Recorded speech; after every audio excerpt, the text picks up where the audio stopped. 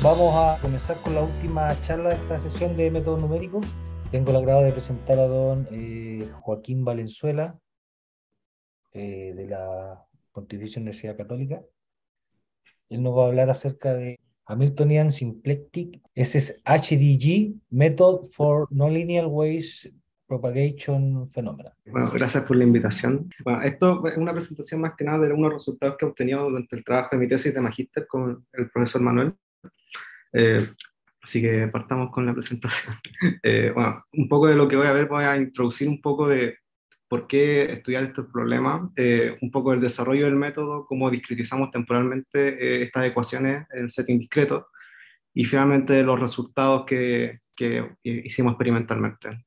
Entonces, bueno, con la introducción, el problema que vamos a estudiar principalmente es la función de onda, pero tenemos este término g de u, que es una función no lineal en términos de u. Entonces tenemos la clásica ecuación de onda, pero no lineal, dada unas condiciones iniciales y de frontera que vamos a definir más adelante.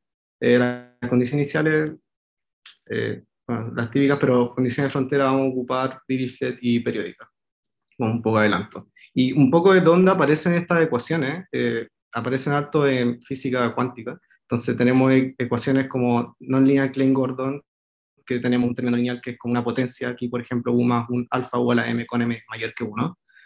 Sine-Gordon, que tenemos un seno de u, o un modified Liouville, que tenemos un exponencial con la misma función. Entonces, un poco del método también que vamos a estar utilizando para estudiar o para resolver esto numéricamente es el método de Galerkin discontinuizado, que tiene la propiedad o comparación a los otros métodos de Galerkin, como el Galerkin continuo, que resuelve sobre cada uno de los puntos y establece continuidad sobre las funciones, o Galerkin discontinuo, que no establece continuidad de la función o de la solución sobre los elementos del triángulo. Y Galerkin discontinuizado sí, no, tampoco establece continuidad sobre esto, pero tampoco es ¿cómo decirlo? Tampoco resuelve sobre todos los puntos en cada triángulo como lo hace Discontinuous Galerkin. ¿A qué me refiero con esto? Tenemos estos elementos en la traza, que es sobre los que vamos a estar resolviendo, y al hacer esto vamos a reducir harto el sistema lineal en tamaño, para después eventualmente volver a la malla original y volver sobre los nodos interiores, y ahí obtener cuánto va a valer cada valor de la función. Eh, bueno, una de las gracias de estos métodos también es que uno puede procesar la solución y obtener una mayor convergencia de la solución. Y bueno, también como es discontinuo, uno puede paralelizarlo y resolverlo de forma más eficiente, etc. Pero esa es la gracia de los métodos de Belkin disponibilizados. Y bueno, van a haber algunas otras propiedades que van a salir a la luz cuando empecemos a formular el esquema. Y un poco de por qué habla el método simpléctico hamiltoniano, es que para sistemas hamiltonianos hay algunas propiedades, como los hamiltonianos mismos, como son funciones o funcionales, eh, que uno quisiera preservar porque tienen un sentido físico. Entonces, por ejemplo, aquí hablo del péndulo matemático, que tenemos un sistema P punto igual a menos seno de Q, que es la deriva temporal, el punto, no olvidé decir eso, y Q punto igual a P. Y tenemos una simulación acá de, por ejemplo, cómo evoluciona el hamiltoniano a través del tiempo con dos métodos de orden 1. Entonces tenemos Euler explícito aquí, que va creciendo en tamaño a medida que uno avanza en el tiempo. Mientras que si ocupamos un método simpléctico, como el Euler simpléctico, este se va manteniendo, oscilando en este caso, porque no es el hamiltoniano discreto, sino que es el hamiltoniano continuo, pero alrededor de lo que debiese ser. Entonces, como quisiéramos preservar esta cantidad, nos conviene trabajar con los métodos simplécticos. Bueno, entonces, ¿cuál es el objetivo de la presentación y cuál es el objetivo de un poco del proyecto? Bueno, la presentación es mostrar la convergencia y superconvergencia en los resultados experimentales, y ver la preservación de las propiedades físicas de los mismos. Y bueno, en base al desarrollo de los métodos de HCG hamiltoniano simpléctico. Entonces, bueno, vamos a ver cómo se desarrolla el método, o cómo uno deriva el método para programarlo, entre comillas. Uno introduce primero las variables B en este caso para armar el método simpléctico, para tener la formulación como hamiltoniana del sistema. o para ver cuál es la forma que tiene el hamiltoniano. Y también introducimos la variable del gradiente para trabajar como el método mixto que tiene, del que surge un poco esto, porque están bien relacionados con los métodos mixtos. Entonces, el sistema continuo va a quedar con estas tres variables, va a tener estas tres ecuaciones, donde aquí tenemos g de u, la variable, la parte no lineal de la ecuación. Este sistema es hamiltoniano en las variables u y b, y este es funcional hamiltoniano por definición. Y bueno, es un funcional en verdad, entonces uno tiene que estas derivadas, uno las tiene que integrar aquí. Es un poco más cuidadoso que esto, pero es como para ilustrar que esta propiedad se sigue, por así decirlo. Y bueno, y este G mayúscula va a ser como la antiderivada de esta función que teníamos antes, eh, pero es para que se preserve esta estructura que teníamos. Pero ¿cómo uno prueba que esto es hamiltoniano? Bueno, algo que se hace es usar los Poisson brackets, que uno prueba que da unos funcionales, se tienen estas ecuaciones de acá. Entonces, para el caso anterior, este H, y con estos funcionales, vamos a lograr encontrar que el sistema efectivamente es hamiltoniano. Y ahora para pasar a la discretización tenemos que introducir un poco de notación, pero no es tan terrible. Entonces, da una triangulación TH del dominio y un set de caras del dominio, dado los triángulos. Se definen los productos internos como sigue. Entonces, los productos sobre la triangulación es la suma de los productos sobre los triángulos, donde los productos sobre los triángulos son el producto interno usual entre funciones para un dominio cualquiera. Lo mismo para las caras, en este caso sobre una cara va a ser este producto interno. Para las funciones vectoriales es lo mismo, solamente que un punto, que en ese caso vamos a estar trabajando con los. Y las funciones de trial y test, como en los métodos de elementos finitos tradicionales, en este caso no estamos buscando funciones H1, no estamos buscando que sean diferenciales per se, pero estamos buscando que sean cuadrados integrales para que esté bien definido en verdad. Entonces, WH va a ser el espacio de funciones escalares, que van a estar los espacios, o sea, va a estar las funciones U y V. BH van a ser el espacio de las funciones vectoriales, donde va a estar la variable Q, y MH va a ser el espacio donde vamos a estar definiendo cuánto vale la traza de las funciones U, es decir, cuánto vale U en los bordes. Y bueno, esto definido que en cada espacio localmente van a ser polinomios de grado K. Bueno, y un polinomio de grado K en cada componente del vector. Entonces, el esquema semidiscreto uno lo logra testeando con las funciones de test, integrando y haciendo todos esos esquemas clásicos para el elemento finito, y uno llega a la siguiente formulación semidiscreta. Entonces, aquí uno nota que es testear con W1 en la primera ecuación, W2 en la segunda, R en la tercera, en las ecuaciones que había mencionado anteriormente. Y llega a este sistema acá con integración por partes, por ejemplo, en esta parte de aquí. Pero aquí uno nota que, bueno, están las variables u hat, que es cuánto vale u en el borde, que se introduce al momento de tener que integrar por parte, y uno sale, ya, no estoy tomando cuánto vale u, sino que cuánto vale u en el borde, entonces por eso aparece esta variable. Y segundo aparece la variable q gorro, que también es cuánto va a valer u en el borde, porque también integré por parte en ese lado. Y si se fijan, nunca hablé de en qué espacio va a estar Q-gorro. ¿Por qué? Porque yo lo defino, gracias al método de elementos de HDG, con este tipo de, como función de las otras tres variables. De esta forma no tengo que resolver para esta variable también como uno lo haría en el esquema de DG, sino que solamente queda definido de esta forma. Bueno, y eso que impongo aquí, impongo débilmente que sea continuo este flujo sobre las trazas sobre cada interfaz de los triángulos. Y a esto además tengo que agregarle todavía las condiciones de borde. Bueno, y aquí entonces estoy buscando resolver esto para las variables U, V, Q y U hat. Este sistema, el semidiscreto, resulta también ser hamiltoniano, pero es distinto al hamiltoniano que tuvimos anteriormente. ¿Por qué? Bueno, primero que nada tenemos que, si aplicamos simplemente el traspaso natural de hamiltoniano continuo al discreto, vamos a tener, primero que nada, cambiar el espacio donde estamos integrando. Ahora vamos a estar integrando sobre la triangulación, entonces, bueno, algo cambia. Pero también si solamente agregamos esto, va a estar oscilando, que es como lo que les mostré con el péndulo. Cuando solamente integré eso, aparecía como unas ondas que viajaban como a través del tiempo, oscilaban alrededor de lo que era, pero no era exactamente eso.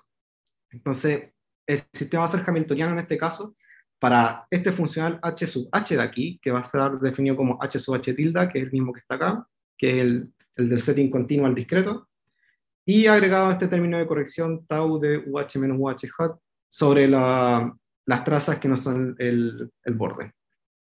Este tau, me olvidé de mencionar un parámetro de estabilización que también tiene un poco de influencia sobre la solución, pero no estudiamos mucho de qué propiedades va a tener para la solución en este caso. Y bueno, también se puede verificar análogamente que este hamiltoniano, este sistema va a ser hamiltoniano con este funcional. Y ahora, como tenemos que hacer evolucionar el sistema, tenemos que definir primero cómo seteamos las condiciones iniciales. Entonces, dependiendo de cuál va a ser nuestra condición de borde, vamos a tener distintas condiciones iniciales, o un sistema distinto para resolver esto. En un paper del 2017 se mostró que solamente proyectando sobre los espacios de solución inicialmente, con la solución exacta o la condición inicial, no se llegaba a una convergencia óptima de los métodos, sino que había que tener una estructura o relacionar las condiciones iniciales de cierta forma que cumplieran este sistema de HDG para el futuro, por así decirlo. Entonces, en base a esto, generamos estos sistemas para la condición inicial en específico. Entonces aquí podemos resolver para Q, U y U hat, pero no está para B, y B simplemente lo vamos a setear como la proyección en el espacio. Entonces esto resuelve para la condición inicial de UH, QH y U hat. Y aquí en este caso incluimos la condición de Dirichlet sobre los bordes, sobre el borde. Y esto, de nuevo, se hace solamente para la variable que está definida en los bordes, que es U hat. Y para condición de borde periódica, como no tenemos esta condición de decir cuánto vale en este espacio, vamos a introducir una variable que va a ser como cuánto va a medir esta función a lo largo de cuánto tiene que medir nuestra condición inicial, dado que conozco mi condición inicial, como mi condición inicial discreta, dado que conozco mi condición inicial continua. Pero es básicamente el mismo sistema, solamente cambia la condición de borde. Y de nuevo, las trazas numéricas se definen de la misma forma análogamente. Es lo mismo. Otra gracia es que uno puede postprocesar la solución. ¿Y cómo uno hace eso localmente en cada triángulo? Una vez obtenida la solución, uno puede resolver un sistema y encontrar una solución de un grado más alto para decir, ya, esto localmente va a mejorar la calidad de mi solución. Pero no va a estar resolviendo esta solución mi sistema original, entonces tampoco es como parte de mi solución, pero localmente sí lo va a hacer. Y bueno, esto se hace en cada triángulo, pero se puede hacer un sistema globalmente porque todos los triángulos son disjuntos, entonces por eso son test functions en WH de distinto grado. Bueno, y ahora pasamos a la discriminación espacial, que son dos métodos en este caso. Explicit Symplectic Partition Runge-Kutta, son dos métodos de Runge-Kutta, y el otro es Symplectic Diagonal Implicit Runge-Kutta. Entonces, partamos con el primero. ¿Cómo se deriva esto? Dado un sistema hamiltoniano, como tenemos aquí, P punto igual a una función y Q punto igual a una función, y dos esquemas de Runge-Kutta, dado por estos tableaux, notemos que esta función de aquí no depende de sí misma, sino que depende de la otra variable, y esta variable no depende de sí misma, sino que depende de P. Uno puede armar un sistema o dejar evolucionar este sistema de forma que no depende, o de forma que estos tableaux, a pesar de que uno llega a ser implícito, no va a ser implícito consigo mismo porque no está la variable dentro de su lado derecho, por así decirlo. Entonces, bueno, lo típico, evolucionan de la misma forma que lo hace un Runge-Kutta, Pn más 1 igual a el delta t por los bi por los ki, y lo mismo para el otro lado. Entonces cada uno evoluciona a un tiempo distinto, y notar que tienen que evolucionar fijando en el tiempo del esquema contrario, por así decirlo. Entonces, si el KI era el del caso anterior, del primer tableau, asociado a las minúsculas, vamos a tener que setearlo en el tiempo de las mayúsculas porque así está definido en estos métodos. Y bueno, estos métodos pueden ser simplécticos si los coeficientes cumplen esta propiedad de acá. Esto ya está probado en otros papers, así que no es necesario probarlo. Y bueno, este va a ser como la forma que van a tener estos tablos. Entonces vamos a tener un sistema que es implícito y explícito acá. Si se fijan, no hay un elemento de la diagonal en el segundo acá, y aquí tenemos un elemento que es implícito. Pero como les dije antes, nuestro sistema o el sistema que estamos estudiando no depende de sí mismo dentro del lado derecho o cómo está evolucionando en la dinámica. Entonces estos B acá, en la diagonal, no vamos a estar resolviendo un sistema no lineal, por así decirlo. Si se fijan aquí, el 1 aparece en esta parte de acá y el B no aparece en esta parte de acá. Entonces, cuando nosotros estamos estudiando, simplemente aquí aparecería un Pn más 1 en el caso de que fuera implícito, pero no está, entonces, bueno. Entonces, ¿cómo uno lo haría en el caso de semi-implícito? Uno hace la evolución de uno primero y después del otro. ¿Cuál va a ser primero en este caso? Para nuestro sistema vamos a decir que vamos a evolucionar primero el B, esta ecuación de acá, y después vamos a evolucionar el U. Entonces, tiramos este como el sistema original, evolucionamos esto, y después tiramos esta solución que obtenemos acá, y hacemos la evolución para el U, en términos de lo que ya obtuvimos anteriormente. Eso es para un esquema de un paso. Para un esquema de más pasos, como lo Runge-Kutta, es básicamente el mismo procedimiento. Dado un vector de variables en cada parte, en cada paso, antes de partir la iteración de los pasos del Runge-Kutta, actualizamos primero el B, en base al esquema anterior, con las variables U en tiempo n y el paso i menos 1, y para lo mismo para el Q y el UHAT, en los tiempos dichos, creo que me equivoqué en un paso, pero, o sea, en la C. Después actualizamos el U, y finalmente resolvemos el sistema estático que nos resulta de las otras ecuaciones que no mencioné. Si se acuerdan, aquí solamente evolucionamos las que tenían los puntos, pero teníamos más ecuaciones anteriormente. Acá, por ejemplo, están todas estas ecuaciones de aquí, y las condiciones de borde y esta cosa de acá, que no están metidos dentro de la dinámica, pero sí tienen que ser resueltas para cada paso para saber cuánto va a valer Q y U hat, que son variables que nos interesan para cada paso de tiempo. Entonces, por eso se evolucionan después de haber resuelto para las otras variables. Entonces, una vez finalizados los pasos, simplemente haciendo el update, en este caso, se logra setear con la etapa final, se dice, bueno, esto va a ser el tiempo final para mi paso. Entonces, con esta nueva actualización, yo paso al siguiente paso de tiempo. Y el otro método es de Diagonal Implicit Symplectic Runge-Kutta. Básicamente, vemos el esquema general. Entonces, ponte tú, tenemos la dinámica de z punto igual a f. Es lo mismo que el Runge-Kutta anterior, pero en este caso, los KI, en este caso, van a estar también metidos en el lado derecho, pero vamos a llegar hasta ellos. No va a ser como el caso anterior donde no lo ocupábamos, aquí vamos a ocuparlo. ¿Y esto qué consecuencias trae? Bueno, aquí tenemos un poco del desarrollo de cómo uno va a resolver el sistema. En el sistema uno lo ve realmente como esta parte de acá. Entonces, ¿qué hace uno? Define un paso intermedio para poder resolverlo de forma más precisa, como sin tener que usar un Newton tan terrible. Y uno resuelve para los pasos intermedios para después resolver con estos pasos intermedios cuál va a ser cómo voy a actualizar después mi sistema. Porque uno aquí está resolviendo para los KI, por así decirlo en este caso, en este paso aquí. Uno en cada parte del Runge-Kutta resuelve los KI, pero es más conveniente computacionalmente resolver los pasos intermedios, porque tengo solamente que aplicar el lado derecho. Y como el lado derecho aquí es una función no lineal, dado que tengo un término no lineal, voy a tener que usar Newton y no simplemente invertir una matriz. Bueno, y vamos a ver cuál es el Newton cuál es el lado derecho no lineal que vamos a usar después. Y bueno, y finalmente haciendo álgebra podemos descubrir cuál es el KI después, y después actualizar este término aquí, la solución con este término acá, que es lo que nosotros buscamos. Ya, entonces, de las ecuaciones anteriores nosotros tenemos que este es como el lado derecho de nuestro z punto, es decir, el f que teníamos antes. Entonces, para la primera ecuación, que es la del u punto, tenemos el BH con W, y para la del B punto, tenemos todo este chorizo acá.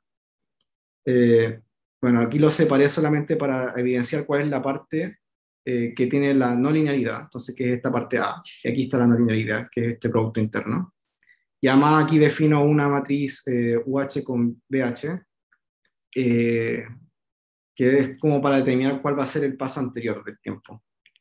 Entonces, en cada paso de tiempo yo lo que quiero encontrar es una solución a este sistema en la dinámica, junto con estas ecuaciones de acá, que son las del estado estático. Entonces vamos a resolver todo esto con esto en cada paso del runge ejecutor. Bueno, y aquí si se fijan, aquí está la parte del Newton, que tengo que hacer esta parte no lineal con esto de aquí, igual a este lado derecho que ya lo conozco. Entonces, ¿cómo lo resuelvo? Yo al menos uso Newton y eso, sigo con la vida.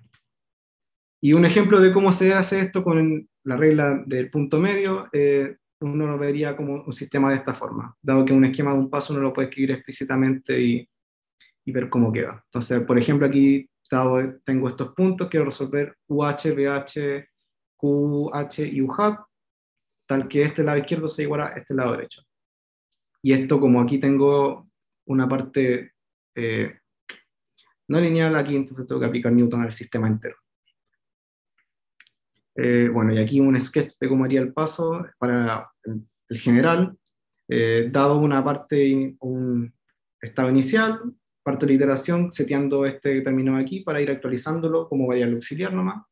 Resuelvo para I sub i como especifiqué antes, resuelvo para KI con álgebra después, simplemente reemplazando con lo que ya tenía, y actualizo la solución, y al finalizar todos los pasos vuelvo a actualizar mi solución general.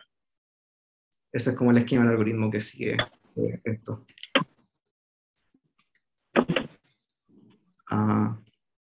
Bueno, un poco los resultados. Estudiamos dos ecuaciones principalmente, Klein-Gordon y Sine-Gordon. Entonces, la Klein-Gordon lineal tiene este término U simplemente, pero Klein-Gordon no lineal en este caso con la misma potencia que le mostré anteriormente, tenía un U más un alfa igual a L. Y vamos a ver algunos resultados para, primero, condición de orden periódica, verificar que está bien programado el método y que funciona bien. Entonces, en este caso tenemos una solución periódica sobre el cuadrado 0,1, cuadrado unitario, y el término de fuente va a ser la misma función al cuadrado, dado que así fue construida la solución. Entonces, bueno, los cuadros de convergencia clásico aquí, uno puede ver que hay convergencia óptima para todas las variables u, v y q, y hay superconvergencia para la variable u, en este caso, por el mismo sistema que mostré anteriormente. Eso lo hicimos con un paso de tiempo de h quintos y un parámetro de estabilización tal igual a 10, con un esquema de orden en runge-ejecuta para poder ver efectivamente la convergencia, que estamos convergiendo en espacio. Bueno, se muestran también resultados óptimos de convergencia para el método implícito, que es el SDIRC, de nuevo con el mismo paso de tiempo y con el parámetro de estabilización el mismo, y con el mismo tipo de orden para la evolución temporal. Y bueno, para condición de orden de Dirichlet, testeamos un caso donde teníamos un f igual a 0 en este caso, y también estamos haciéndolo sobre el cuadrado 0,1. Y en este caso vamos a tener una solución tipo Soliton, pero que está atravesando la solución y que no se va después de un tiempo, entonces por eso lo hicimos sobre un tiempo pequeño, para ver cómo se mueve un poco. En este caso también se muestra convergencia óptima para el mismo parámetro de estabilización, para el mismo esquema temporal, y también, bueno, el delta t aquí es un poco más chico. También se muestra superconvergencia para la variable del desplazamiento. Todavía no logré hacer funcionar el implícito, pero estoy en proceso de eso, así que por eso no se muestra. Bueno, también hay que mostrar las propiedades físicas, que es verdad que se mantiene el hamiltoniano a través del tiempo, así que para eso consideramos para testear eso, consideramos solución a este problema. En este caso tenemos una no linealidad cúbica. También sobre el cuadrado unitario, también con condición de orden periódica y condición iniciales dadas por estas funciones y este parámetro de estabilización. Entonces, para los dos distintos esquemas, se puede ver que el hamiltoniano discreto que habíamos definido inicialmente, el que está en la línea azul, se mantiene a lo largo del tiempo para los dos esquemas, el explícito y el implícito. Y para la energía continua, o sea, que se deriva del esquema continuo, este va oscilando alrededor con una desviación de 0,01 de lo que se calcula, pero también se preserva a lo largo del tiempo, no va creciendo como uno lo vería en el explícito, con un método explícito. Y para ver una solución de Soliton como animada, les traje una animación de cómo se soluciona esto, ¿cachai? Entonces, por ejemplo, aquí vemos una solución que se va desplazando en el tiempo con convención de orden periódica, dada por estas condiciones iniciales, y con este esquema de acá. Los Soliton, por si no sé, son como ondas, pero que no se disipan en el tiempo. Entonces, por eso es interesante estudiarlo dado con estos sistemas hamiltonianos. Entonces, si vendemos a la solución, esto se va desplazando y aquí con la condición de orden periódica va incluyéndose, ¿no?, por el otro lado de esto. Bueno, finalmente hice también unos experimentos con Sine-Gordon aquí, con una solución tipo Breeder, es decir, que va como a subir y bajando como sobre el origen, con algún parámetro omega en este caso que se tiene un medio, y sobre un cuadrado que contiene el origen o la línea x igual a 0, que es donde está centrada esta cosa. Y para el test de convergencia asociado a este se muestra aquí para condición de borde de Dirichlet. También se muestran resultados óptimos en convergencia para las variables u, v y q, y superconvergencia para la variable del desplazamiento. Y bueno, trabajo futuro, otro tipo de fenómenos de ondas no lineales están como la ecuación de Schrödinger no lineal. También tiene estructura hamiltoniana y hay que derivar la estructura hamiltoniana discreta para este sistema y resolver y desarrollar el método asociado a esto. Otras ondas no lineales que aparecen, por ejemplo, son la ecuación BKDB, pero eso ya es como otro trabajo más futuro aún, diría yo. Bueno, y un poco las referencias, que casi todo esto fue basado en este paper de Manuel Sánchez, que es como la motivación de la extensión natural de lo que hicieron, pues, de propagación de onda lineal, ahora propagación de onda no lineal. Eso. Gracias por su atención. Ok, gracias, Joaquín.